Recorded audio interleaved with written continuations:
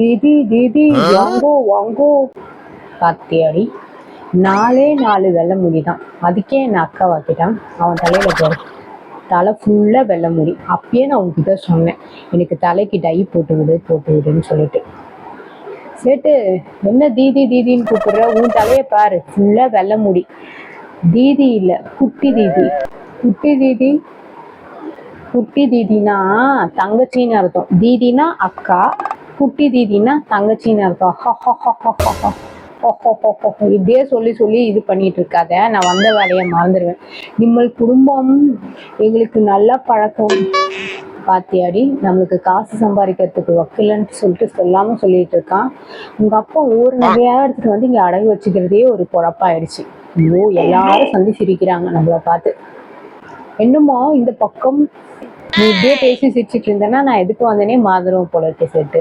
ஆமா, நீ வச்சிருக்க கால்குலேட்டர் எல்லாம் யாருக்கு யூஸ் ஆகுதோ இல்லையோ, உனக்கு யூஸ் ஆகுது. நீ பிளஸ் எழுதுற, மைனஸ் எழுதுற, பெருக்கல் எழுதுற, வகுத்தல் எழுதுற, ஒரே டைம்ல எல்லாத்தையும் எழுதுறியா? எதிரில் இருக்கிற எங்களுக்கு வந்து கன்ஃபியூஸ் ஆயிடுது. என்ன பண்றோம், என்ன எவ்வளவு வட்டி கால்குலேட் நீ பண்றேன்னு எங்களுக்கு ஒண்ணுமே தெரிய மாட்டேங்குது. வீட்டுக்கு போனாலும் நாங்க மண்டையை பிச்சுட்டு உட்காந்துட்டு இருக்க வேண்டியதாகுது. அதனால இப்ப நான் ஒரு முடிவோட வந்திருக்கேன். என்னம்மா, என்ன சொல்லு? என் பொண்ணை கூட்டு வந்திருக்கேன். நீ என்ன வட்டி போடுறேன்னு சொல்லிட்டு அவ கரெக்டா பார்த்து கண்டுபிடிச்சு எனக்கு சொல்லுவா. நீ ஏதாவது தப்பு பண்ணா கூட எனக்கு அவ சொல்லுவா.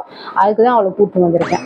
அது மட்டும் இல்ல, அவளை ரெக்கார்ட் பண்ண சொல்லியிருக்கேன். நீ என்ன வட்டி போடுற, என்ன பிளஸ் மைனஸ் எல்லாம் போடுறேன்னு சொல்லிட்டு அவளை ரெக்கார்ட் பண்ண சொல்லுவேன். ஏன்னா நேர்ல பார்த்ததுக்கு வேற, நாங்க வீட்டுக்கு போனா எங்களுக்கு டவுட்ஸ் எல்லாம் வரும். சரியா?